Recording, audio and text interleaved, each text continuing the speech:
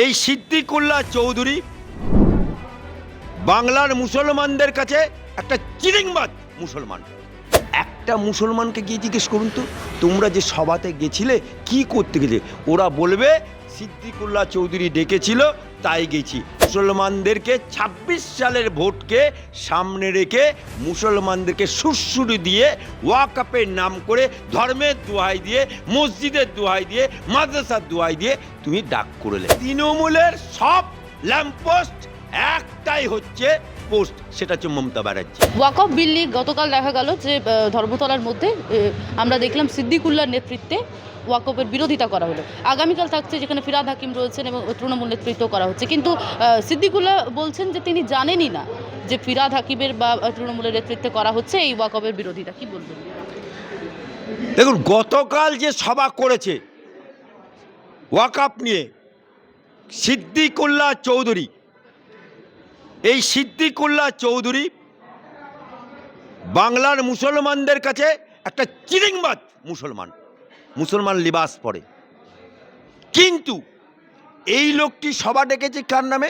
জমিয়তে উলামা হিন্দ, অর্থাৎ মুসলমানদের একটা সংগঠন, সামাজিক সংগঠন, যার সভাপতি ও আর জামাই সেক্রেটারি। ওই রানিমা খেপেছে, সিদ্দিকুল্লাহ খেপেছে, ঘি কোথায় ঢালবে? জামাইয়ের পাতে, আব্দুস সালামের পাতে। আজকে সিদ্দিকুল্লাহ চৌধুরীকে প্রশ্ন করতে চাই, নক করো সিদ্দিকুল্লাহ চৌধুরী। আমি অ্যাডভোকেট আলী আফজল চাঁদ, তুমিও মুসলমান আমিও মুসলমান।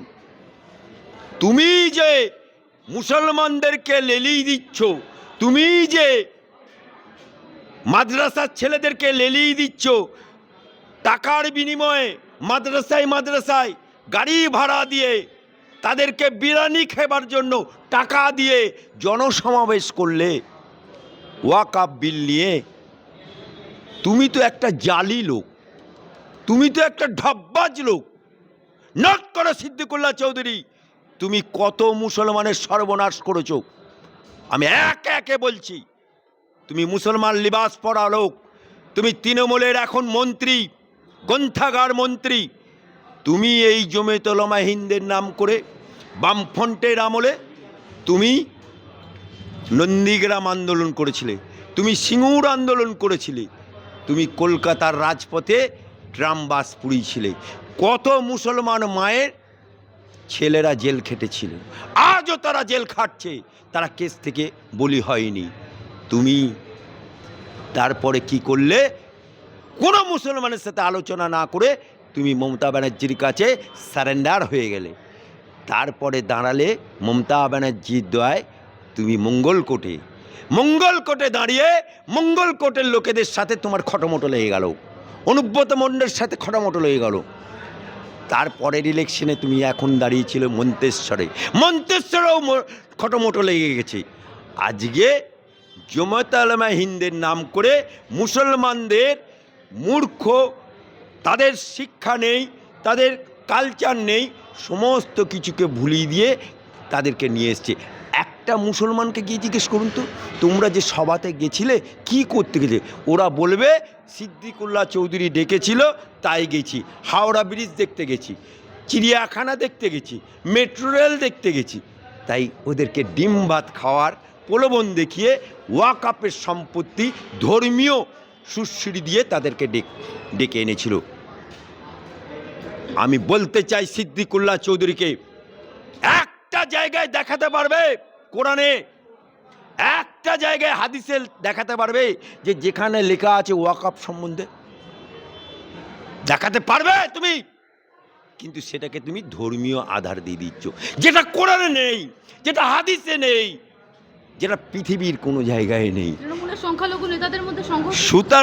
সুতরাং আজকে তুমি মুসলমানদেরকে ২৬ সালের ভোটকে সামনে রেখে মুসলমানদেরকে সুরসুরি দিয়ে ওয়াকফের নাম করে ধর্মের দোহাই দিয়ে, মসজিদের দোহাই দিয়ে, মাদ্রাসার দোহাই দিয়ে তুমি ডাক করলে। আবার আগামী দিনে মমতা ব্যানার্জির নির্দেশে ফিরহাদ হাকিম ডেকেছে। আরে ফিরহাদ হাকিম বাবু, তোমার তো মেয়ে রাস্তায় বেরুলে বলে চোরের মেয়ে যাচ্ছে। আমি বলছি না, ফিরহাদ হাকিমের মেয়ে বলছে, অন রেকর্ডেড।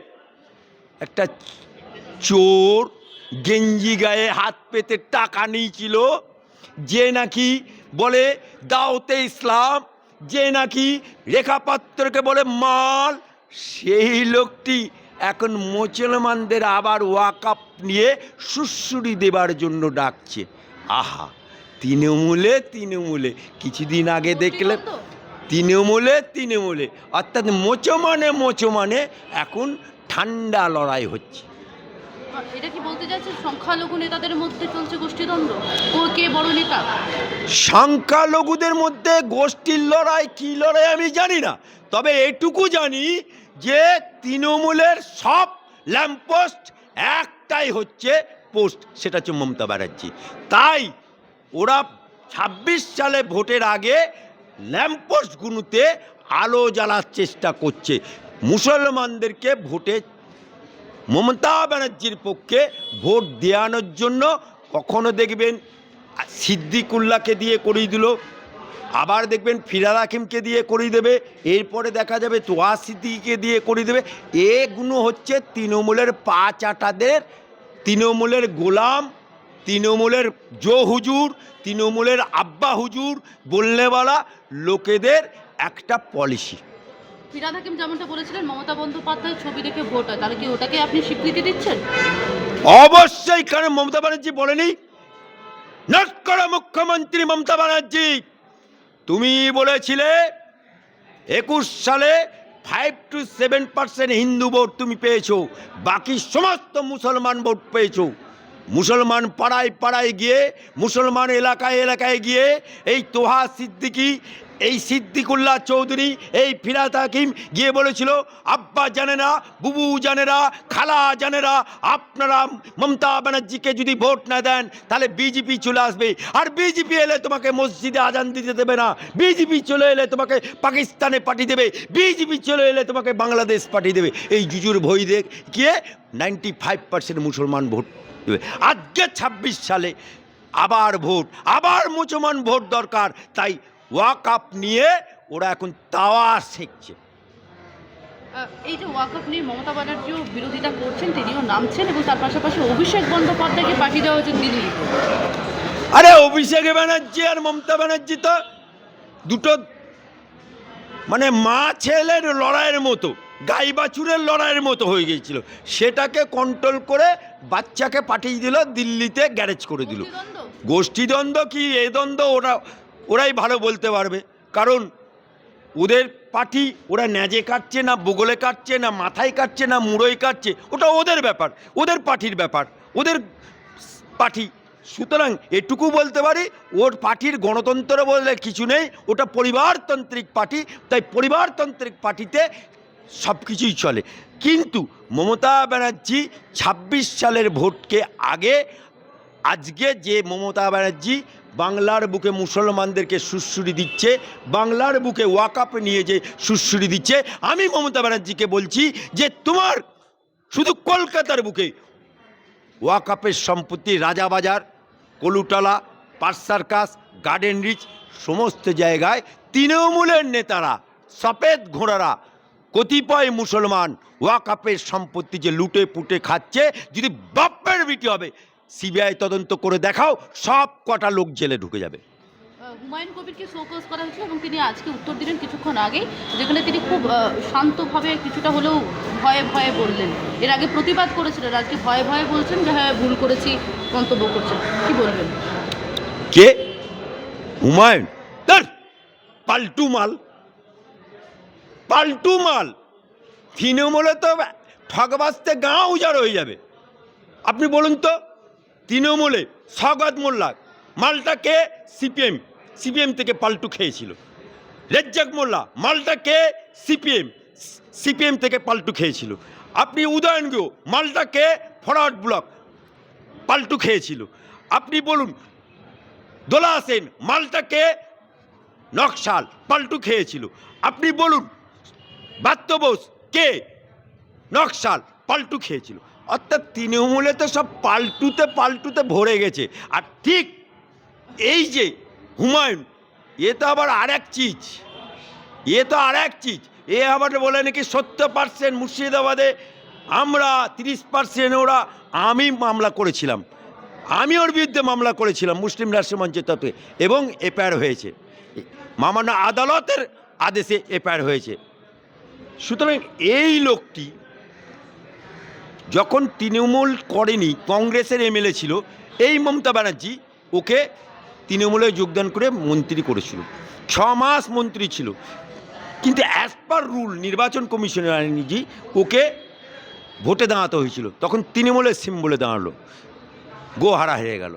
তারপরে আবার নির্দলে দাঁড়ালো, গোহারা হয়ে গেল। তারপরে বিজেপিতে যোগদান করলো, গোহারা হেরে গেল। তারপরে শুয়োরে চেনে কচু আর মানুষে চেনে ঠিক মাল্লু দিলে কোথায় হবে সেটা চেনে। ও বিজেপিতে দাঁড়িয়ে প্রচুর টাকা কামিয়ে নিয়ে ও ফেলো করি মাকো তেল তুমি কি আমার পর অভিষেককে টাকা দিয়ে ও ভরতপুরে প্রার্থী হয়ে গেল। আর ভরতপুরে জেতার পরে আজকে ভরতপুরের বিধানসভাতেই নোট করো হুমায়ুন, ভরতপুরে 2টো ব্লক, একটা ব্লক হচ্ছে ভরতপুর 2 নম্বর ব্লক সালার, আরেকটা হচ্ছে ভরতপুরে 1 নম্বর ব্লক। এই 2টো ব্লকের প্রেসিডেন্ট মোটর সাইকেল নিয়ে ওকে তাড়া করেছিল, ঢুকতে পারে না। আর আজকে ও মমতা ব্যানার্জির কাছে যখন বুঝে নিল যে বাংলার বুকে মমতাই শেষ কথা, সেই জন্যেই ও এখন মমতা ব্যানার্জির, মমতা আপার, মমতা খালার, মমতা বুবুর পা চাটছে। বাংলা হান্টের আরও খবর দেখতে নজর রাখুন। বাংলা খবর মানেই বাংলা হান্ট।